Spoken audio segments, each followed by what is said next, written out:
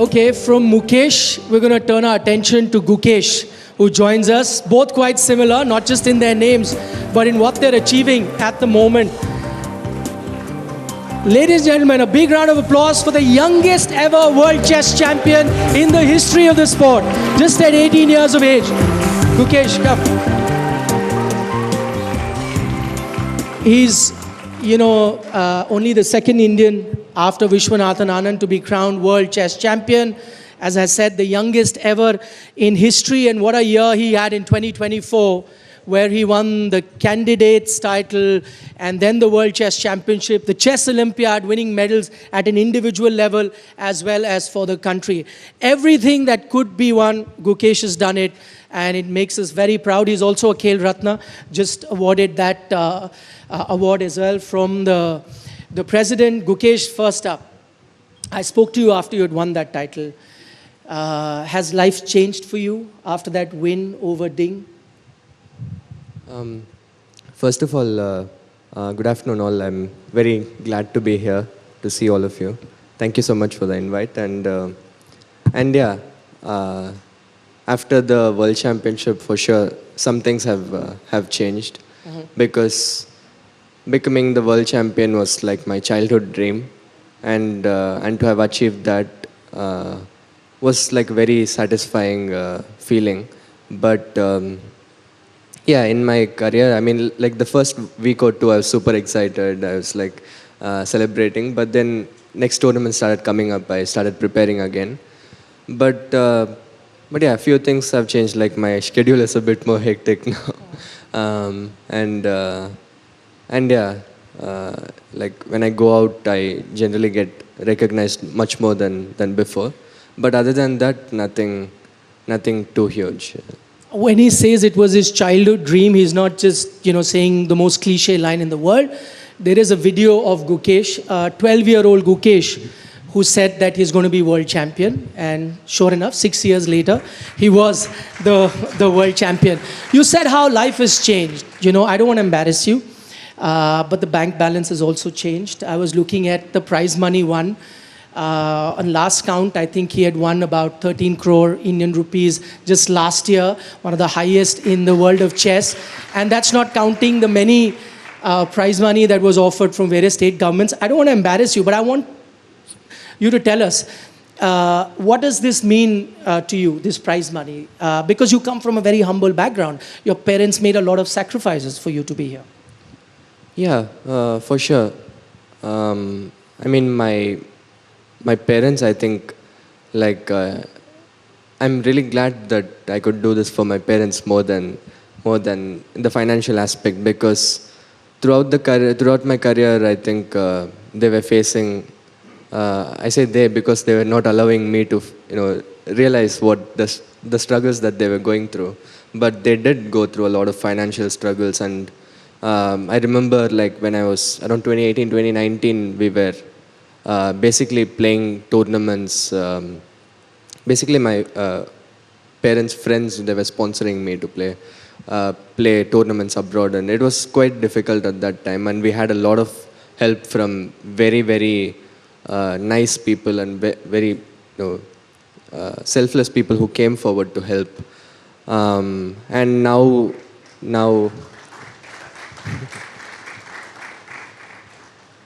And now, yeah, the last year was financially as well very, very good for us. And I think it means a lot to me in a sense that my parents can not think about money anymore. We can lead a comfortable life, not struggle like before. Yeah. I'm sure they're very proud parents. I asked him at the start how life has changed, and you must have seen various reactions. But I have something very special to show you, which you probably wouldn't have seen. We cover a lot of chess at India Today. We have a platform called Sports Today, where we do lives whenever your match is on. I want to show you a clip from our platform Sports Today. This is seconds after Gukesh had been crowned world champion. I want you to see what happened in our studio. I'm just struggling to just compose myself. Is overcome with a lot of emotion right now, and why should he not be? After all, we've all witnessed a piece of history just moments back.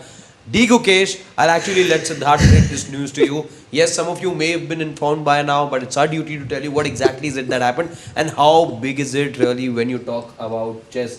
Siddharth, by the way, I can tell you, has been diligently following chess for so long. He was on a call with his uncle. Yeah, don't It was do this, yesterday, Rishi. and he can't believe I really how couldn't believe it. things have come out so beautifully. I mean, look at, I Rishi mean, also deserves a Yeah. massive applause for what. Right. Did you have any idea? This is Siddharth. He covers chess for us. He broke down once you became world champion. I was just talking to him. He asked me to watch the video carefully. Now I understand why. Do you Yeah, now realize thank you the so kind much. of joy that you brought about to this country? I'm very glad to see that. I was actually joking after the match that I mean everybody like I met said they had tears in their eyes, and I was like joking. The whole world saw me cry, but I didn't watch single person cry because I was inside the playing hall. Yeah, but Yeah. I understand. but yeah. No, you were absolutely brilliant. But, he just mentioned the word joking, and I don't associate joking with chess players. I consider them very serious. I'll show you an example of that. We have something here. There are a group of girls called Botes Sisters, and they make a lot of chess content. They got a picture with Gukesh after he was world champion, and the tweet read, "Why does it look like Gukesh is held hostage?" Because that's how serious Gukesh is. This went viral. Were you scared? I see you more scared here than when you were playing that World Chess Championship. Squeezed between two pretty girls. No, I mean, like in general, people keep saying, why don't you smile for pictures? And it's just very unnatural for me. So, but I'm not like a serious person or anything. I just, and I'm in general casual, but just smiling for pictures is still something that I have to work on. Okay, we've got a smile from him. But that he has a fun side. I also discovered that. He has a fun side to him, an adventurous side at that. He won the World Championship in Singapore. And you would think that after that he would need some quiet time to relax because mentally it's very exhausting.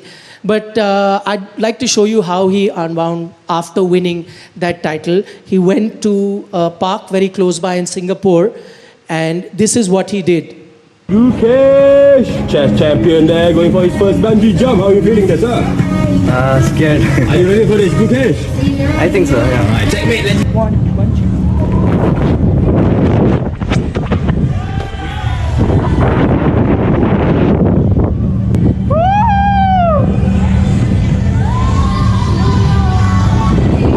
I'm the world champion! Brilliant, brilliant. This is how he celebrated his world championship win. When was your heart pumping harder? Was it those last moments with Ding when he made that blunder and you won, or was it here, standing on top? It was actually quite similar. So we made this deal like in between the match, me and my trainer, we made this deal and then we just went through with it. Till I got to the edge, I didn't feel scared at all. But then once I got there, I was like, why am I doing this? But but it was fun. It was also like a nice, like, I don't know, it was just nice bonding time. I mean, it was with me, me and my trainer did it, and a lot of friends joined us. So it was a lot of fun actually. Yeah. Let's talk about the revolution that has come about in India. Some time back you had the US of A dominating, you had Russia dominating chess. Now I'm proud to say that India has the most players in the top 100. 13 Indian players are in the top 100. The most in top 10. There are 3. Gukesh is, of course, world number 3, but 3 Indians in the top 10. What has brought about this chess revolution here in India, you reckon? I think a lot of factors play a role here. I think one of the biggest contributions, without a doubt, is what Vishy sir has been doing. Not only his achievements, not only being an inspiration, but But around 2020 December, he partnered with Westbridge to launch Westbridge Anand Chess Academy. I'm a student in the academy, and Vishes's vision was to select the top talented youngsters at that time in the lockdown, because there were no tournaments happening. It was all online, and a lot of people were not working as hard. So it was a great moment for us to actually take the advantage. And in India, like once it was like super exciting for me, and I'm sure for a lot of youngsters, because to get in touch with Vishy sir, to discuss chess with him regularly was so motivating that the pandemic didn't feel like a waste of time. We were actually working like super hard. So that was very nice what Vishy sir and Westbridge did. So that is a huge part, and also I guess in the lockdown we had this streaming, chess streaming. A lot of celebrities from other fields came, and a lot of people took interest in chess. And also chess has this benefit that you don't have to step out of the house to play. So it was a perfect hobby at that time. And after the lockdown, we see like clearly a huge boom happening. And I think also recently, at least in the last couple of years, the support from government and the corporate sponsorships are great. People are, players are constantly getting rewarded for the wins. After the Olympiad, candidates, World Championship, I was rewarded, and we could see how much it means to government and the people of India about not only mine, but whenever Preg or Arjun or whether any of the Indian player wins something, it's getting really big, and I'm really honored to be a part of this revolution. Okay, talk about turning adversity into your advantage. That's what the young bunch of Indian chess players have done. As he mentioned, during COVID, you saw these bunch of youngsters coming up. They're all known as Vishy's children, because Vishwanathan Anand has mentored all of them. And now you have a world champion in Gukesh. One thing, Gukesh, I know we're running out of time, but I really wanted to know, as a novice, how many moves are you thinking in advance? When we play at best, it's 1 or 2 moves I'm thinking what I'm going to do. You, for example, how many moves? It majorly depends on the specific situation. Depends on the position, it depends on the opponent. So basically in certain positions where there are like several options, if I make one move, like opponent has like 4 or 5 options, and then again it stays the same for the next 5 moves, you don't calculate that much. It's maximum like 5 or 6 moves ahead, because there are a lot of branches. But if there is one clear path, like I make one move, opponent has one reply, and so on, easily 10 or 15 or even more than that. So it majorly depends on the position. 15 moves, wow. No wonder you can beat a computer. Mental fatigue, tell us about that. Because us as amateur players, if I play a hard game of chess, it takes me a full day to recover. You play, sometimes 3 hours, 4 hours, even longer than that, and back-to-back 14 matches, championship you have. How do you recover mentally? Yeah, for sure. Like long games are very tiring, because you in general, like you don't stay focused for the whole duration of 5 or 6 hours, but in the critical moments you have to stay focused, and those critical moments are also where the pressure is super high and it takes a toll on you. But for me, I personally, like a lot of players have their own ways to deal with it. For me, it's about following a routine and during a tournament, sleeping well, eating well, and just and also that's why I think chess players are it's important for chess players also to be physically fit, because it's obviously connected with mental well-being as well. Yeah, and he does travel with a mental conditioning coach as well, as most players do, and that probably also helps them. Before I let you go, I have to ask you about a very critical juncture that the world of chess finds itself in. It is split between freestyle chess and classical chess. Where do you see chess going in the future? Because now you have 2 different sets of people supporting different type of formats. Could you have a split in the world of chess, or you're not really worried about that? I don't think much about it. I mean, freestyle, I'm happy to play, and I'm happy that it's a new format. It's an exciting thing. I mean, it changes how chess has been seen, but it's too early to say. I mean, we've had like 2 serious tournaments in freestyle, so it's too early to say. I mean, I wish freestyle becomes big, but I don't see it like taking over standard chess, because just the history that standard chess has, I think, has more value, and I think still the World Championship cycle holds the biggest importance, yes, for now. But yeah, it's a great addition to classical rapid blitz. Freestyle is a great addition, but yeah, we just have to see how it goes. And you're open to all. I'm open to all. Yeah. Okay, time is up, but I can't let you go without doing one thing. For those of you who don't know, this is a quiet, reserved young boy, but there's one thing that's gone viral about Gukesh is his alpha male walk. I don't know if you've seen it.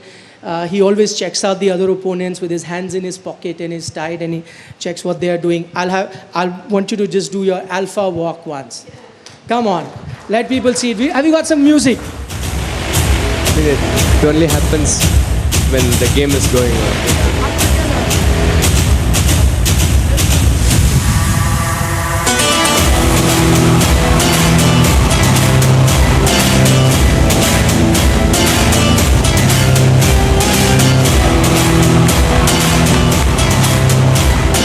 This is how he keeps a tab on the other opponents, walking like this on their table to intimidate them. But thank you so much, Gukesh, for taking our time and speaking to us here in India today. Wishing you all the very best.